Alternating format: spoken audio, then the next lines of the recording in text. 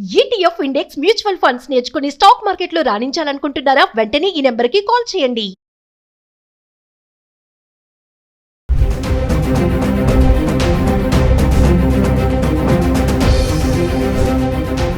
నమస్తే, welcome back to Suman TV. Present మనతో పాటు ఉన్నారు అనలిస్ట్ మందర్ కృష్ణారెడ్డి గారు. నమస్తే సార్. నమస్తే అమ్మా. సార్, మరి వార్ ఎప్పుడైతే ఆపేస్తామని చెప్పి ట్రంప్ ప్రకటించడం మొదలు పెట్టారో, బ్రేక్ ఇద్దామనేసి, అప్పటి నుంచి కూడా ఈ చమురు ధరలు అనేవి కూడా తగ్గడం చూస్తున్నాము. ఇమీడియట్లీ బంగారం రేట్లు అనేవి రైజ్ అయిపోతున్నాయి. మరి ఈ రైజ్ అనేది ఇంకా కొనసాగుతుందని చెప్పేసి బిజినెస్ అనలిస్టులు కూడా చెప్పడం జరుగుతుంది. మరి మిమ్మల్ని అడిగితే, మరి చాలా వీడియోస్లో మీరు చెప్తారు బంగారం వెండి అనేది మనం డిసైడ్ చేయలేము అని చెప్పేసి, ఈ రోజు పెరుగుతుంది రేపు తగ్గుతుంది అంటూ ఉంటారు. మరి ఎందుకు ఈ ఫ్లక్చువేట్ అవుతున్నాయి? ఒకరోజు తగ్గుతున్నాయి, ఒకరోజు పెరుగుతున్నాయి, మళ్ళీ చూసుకుంటే కొంచెం పెరగడమే చూస్తున్నాం ఈ మధ్య కాలం 2-3 రోజులుగా చూసుకుంటే. మరి ఈ రైజింగ్ అనేది ఎంతవరకు ఉంటుంది అంటే? ఈ యుద్ధ కాలంలో ముఖ్యంగా యుద్ధం ఒక ప్రాంతానికి మాత్రమే పరిమితం కాకుండా, ఇప్పుడు మనకు రష్యాలో జరుగుతున్న యుద్ధం ఏదైతే ఉందో దానివల్ల మనకు పెద్దగా ఎఫెక్ట్ ఏం లేదు. యుక్రెయిన్ రష్యా రెండు పక్కపక్కన కొట్టుకుంటున్నాయి, మన మీద పెద్ద ఎఫెక్ట్ ఏమీ లేదు, ప్రపంచం మీద ఎఫెక్ట్ ఏం లేదు. అలాగే ఇజ్రాయిల్ గాజా మీద యుద్ధం చేసినా వాళ్ళు పక్కపక్కన ఉన్నారు, వాళ్ళు కొట్టుకుంటున్నారు, వాళ్ళకి ఏమి ఇబ్బంది రాలేదు. పాకిస్తాన్కి తాలిబాన్లకు మధ్యలో యుద్ధం జరిగిన, ఆఫ్ఘనిస్తాన్ మధ్య యుద్ధం జరిగిన, అది ప్రపంచం మీద ఎఫెక్ట్ ఏమీ లేదు. కానీ అమెరికా ఇజ్రాయెల్ కలిసి ఇరాన్ మీద ఎప్పుడైతే యుద్ధం ప్రకటించాయో, మనకు టోటల్గా ప్రపంచంలో అన్ని దేశాల మీద దీని ఎఫెక్ట్ పడింది, ఇన్క్లూడింగ్ అమెరికా మీద కూడా దీని పడింది. అక్కడ నుంచి మనకు ఆయిల్ రావడం లేదు, గ్యాస్ రావడం లేదు. హర్ముజు జలసంధి అనే దాన్ని క్లోజ్ చేసి పెట్టుకున్నారు అమెరికా వాడు, ఇరాన్ వాళ్ళు ఏం చెప్తున్నారంటే, అమెరికాకు ఇజ్రాయిల్కు మిత్ర దేశాలైన వాళ్ళని మేము వదిలిపెట్టాం, వాళ్ళ నౌకలు మేము బయట పెట్టాం. మిగతా నౌకలు కూడా సుమారు 20 కోట్ల రూపాయలు చెల్లిస్తే మేము ఒక నౌకని వదిలేస్తాం. మాకు ఫీజు కావాలి, యుద్ధంలో మేము చాలా నష్టపోయాం, మాకు ఇప్పుడు లాభాలు, మాకు డబ్బు ఏమి రాదు, ఎక్కడి నుంచి డబ్బు వచ్చేటట్టుగా లేదు. మా ఆర్థిక పరిస్థితిని మెరుగుపరుచుకోవాలంటే మాకున్న ఏకైక అవకాశం హర్ముజ్ జలసంధి. 36 కిలోమీటర్లు సుమారుగా ఇరాక్ను అటువైపున సౌదీ అరేబియాకు మధ్యలో ఉన్నటువంటిది ఈ జలసంధి. ఇది ప్రపంచ జలసంధి వాస్తవంగా. కానీ ఇరాన్ ఏం చెప్తుంది, నా అనుమతి లేకుండా ఎవడిక్కడి నుంచి నౌక పోవడానికి వీల్లేదు, నౌక దాటితే నాకు డబ్బులు దాటాలంటే డబ్బులు కట్టాలి. అది కూడా ఎవరు, అమెరికా కానీ ఇజ్రాయెల్ కానీ వాటి మిత్ర దేశాలు కానీ వదిలిపెట్టరు. మిగిలినటువంటి దేశాలకి నేను ప్రాపర్గా టోల్ ట్యాక్స్ తీసుకొని పంపిస్తానని చెప్పి ఒక్కొక్క దేశం నుంచి 20 కోట్లు సుమారుగా మినిమంగా కలెక్ట్ చేసి పంపిస్తున్నారు.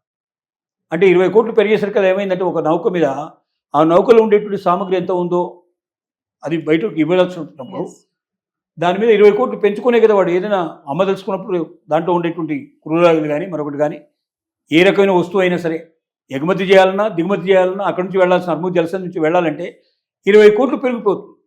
20 కోట్లు పెంచి దాని ధర నిర్ణయించాల్సిన పరిస్థితి ఏర్పడుతుంది. దీనివల్ల అన్నిటికీ రేట్లు పెరిగిపోతాయి.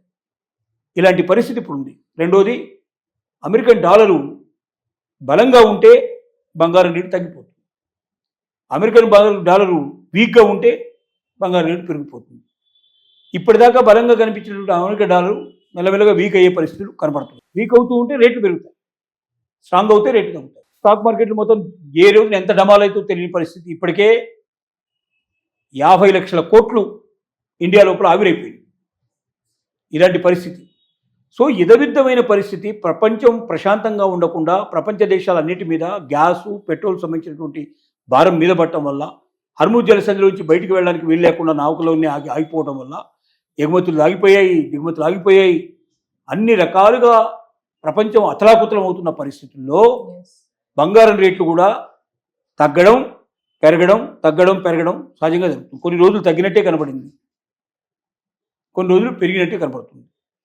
ఇది కొద్ది రోజులు ఉంటుంది. ఇంకా అమెరికన్ ఇరాన్ యుద్ధం ఒక 15 రోజులు, నెల రోజుల లోపల మొత్తం మీద క్లోజ్ అయ్యే అవకాశాలు ఉంటాయి. తప్పదు, ఎవరో ఒకరు తగ్గిపోవాల్సిందే, ఏదో రకమైన వెనక్కి రావాల్సిందే. ఇంకో మార్గం లేకపోవడం వల్ల ఒక 15 రోజులు, నెల రోజుల లోపల ఈ యుద్ధం ఏదో ఒక కన్క్లూజన్కి వచ్చే అవకాశం అయితే ఉంటుందనేది ప్రపంచ దేశాలు అనుకుంటున్న మాట. అది కన్క్లూజన్ అయ్యి యుద్ధం ఆగిపోతే మాత్రం రేట్లు పెరగడమే తప్ప తగ్గడం అనేది ఉంటుంది. అప్పటిదాకా మాత్రం ఇదవిద్ధమైన పరిస్థితులు, కొంచెం తగ్గుదల కొంచెం పెరుగుదల ఇది జరుగుతాయి. సో మనం సిల్వర్ రేటు విపరీతంగా పడిపోతుంది అనుకున్నాం, ఇవాళ 260 ఏదో వచ్చినట్టుగా ఉంది, 255లో ఉంది సార్. సో అలాగే బంగారం రేట్లు కూడా పెద్దగా మరి 50,000 70,000 ఏం తగ్గలేదు. 10,000 20,000 తగ్గుకుంటూ వచ్చింది. ఇది మెల్లగా మళ్ళీ పెరుగుకుంటూ పోతుంటుంది. ఎస్. కొనుక్కోదలుచుకున్న వాళ్ళు ఎవరైనా ఉంటే ఇదే రైట్ టైం. బంగారం కొనాలన్నా వెండి కొనాలన్నా ఇప్పుడే కొనుక్కోవాలి తప్ప ఇంతకన్నా బాగా డౌన్ అయిపోతుంది, ₹1,00,000 వస్తుంది, 80,000 వస్తుంది, 70,000 వస్తుంది మాట కరెక్ట్ కాదు. ఇక్కడ నుంచి ఒక 5,000 10,000 తగ్గొచ్చు, పెరగచ్చు కొద్ది రోజులు. యుద్ధం అయిపోగానే పెరగడం మొదలు డ్రాస్టిక్గా పెరగడం స్టార్ట్ అవుతుంది. ఇది కామన్గా జరిగే విషయం. ఈ టైం లోపల కొనుక్కోవాలన్నా కూడా బంగారం మీద పెట్టుబడి పెట్టాలన్నా కూడా చాలామంది ఆలోచిస్తున్నారు. ఈటీఎఫ్లలో ఏదైతే ఆన్లైన్లో ఉన్నట్టు బంగారం ఉంది చాలామంది విడిపించేసుకున్నారు, చాలామంది విత్డ్రా చేసేస్తున్నారు. బంగారం అమ్మడానికి కూడా చాలామంది సిద్ధపడ్డారు. ప్రపంచ దేశాలు కూడా తమ దగ్గర బంగారం విలువల్ని తగ్గించేసుకున్నాయి. ఎందుకంటే దీని రేటు, క్రూడ్ ఆయిల్ రేటు విపరీతంగా పెరిగిపోవడం వల్ల అవి కొనుక్కోవడానికి ఈ డబ్బులను అటువైపు ఇన్వెస్ట్ చేయాల్సిన పరిస్థితి ఏర్పడింది. ఎస్. ఇలాంటి పరిస్థితుల్లో ఏమైందంటే బంగారం విపరీతంగా మార్కెట్లోకి రిలీజ్ కావడం, దానివల్ల రేట్లు కొంత డౌన్ అయ్యి ఇక రిలీజ్ చేయడానికి వాళ్ళ దగ్గర ఇప్పుడు ఏం బంగారం ఏం లేదు. అలాగే దుబాయ్ లాంటి దేశం లోపల ఆల్రెడీ అమ్మకానికి ఉన్న బంగారం అవుతుందో అది ఇతర దేశానికి ఎవరు రావట్లేదు, బయట నుంచి విజిటర్స్ ఎవరు రాకపోవడం వల్ల వాళ్ళు చీప్గా దాన్ని తీసేసే ప్రయత్నం చేస్తారు. వీటన్నిటి కారణాల వల్ల బంగారం రేటు డ్రాస్టిక్గా కొంత తగ్గే మాట వాస్తవం. కానీ ఒకసారి యుద్ధం అనేది ఆగిపోతే ఏదో ఒక రకమైన కన్క్లూజన్కి వచ్చేస్తే ఆటోమేటిక్గా రేట్లు పెరగడం సహజంగా జరుగుతుంది. ఒక అంచనా ప్రకారం 2026 ఎండింగ్ నాటికి ఖచ్చితంగా 3 లక్షలకు మించే ఉంటుంది బంగారం రేట్ అనేది నిపుణులు చెప్తున్న మాట. అలాగే వెండి పరిస్థితి ఏర్పడిందంటే ఇతర దేశాల నుంచి రావాల్సిన విడిభాగాలు చాలా ఉన్నాయి మనకు. ఆ విడిభాగాలు లేకుండా మనం ఇక్కడ ఎలక్ట్రానిక్ పరిశ్రమను కానీ, సెమీ కండక్టర్స్ పరిశ్రమ కానీ, సోలార్ పరిశ్రమ కానీ, లేక ఔషధ పరిశ్రమ కానీ ఎక్కడైతే వెండిని బాగా ఉపయోగిస్తున్నారో, పరిశ్రమల్లో బాగా ఉపయోగిస్తున్నారో ఆ పరిశ్రమలు ఎగుమతి చేయడానికి ఇక్కడి నుంచి ఐటమ్స్ ఇతర దేశాలకు వెళ్ళడం లేదు. అలాగే దిగుమతి చేసుకోవాల్సిన విడిభాగాలు రావడం లేదు. సో తన దగ్గర తయారైన ఐటమ్స్ అమ్ముడు అవుతేనే కొత్తవి తీసుకోవడానికి అవకాశం ఉంటుంది. అమ్ముడు ఆగిపోయి రావాల్సిన విడిభాగాలు రాకపోవడం వల్ల ఆ విడిభాగాలు ఏమీ రాకుండా ఒక వెండి మాత్రమే కొనుక్కొని మరి ఏం చేయగలుగుతాడు? మొత్తం టోటల్గా వెహికల్ తయారు కాదు. వెహికల్ తయారు కావాలంటే ఇతర భాగాలు కూడా రావాలి. సో ఇలాగ ఇతర భాగాలు రాకపోవడంలో ఒకటి, తయారైన వస్తువులు ఇతర దేశాలకు వెళ్ళలేకపోవడం ఒకటి, వీటన్నిటి కారణాల వల్ల వెండి మార్కెట్ డౌన్ అయింది.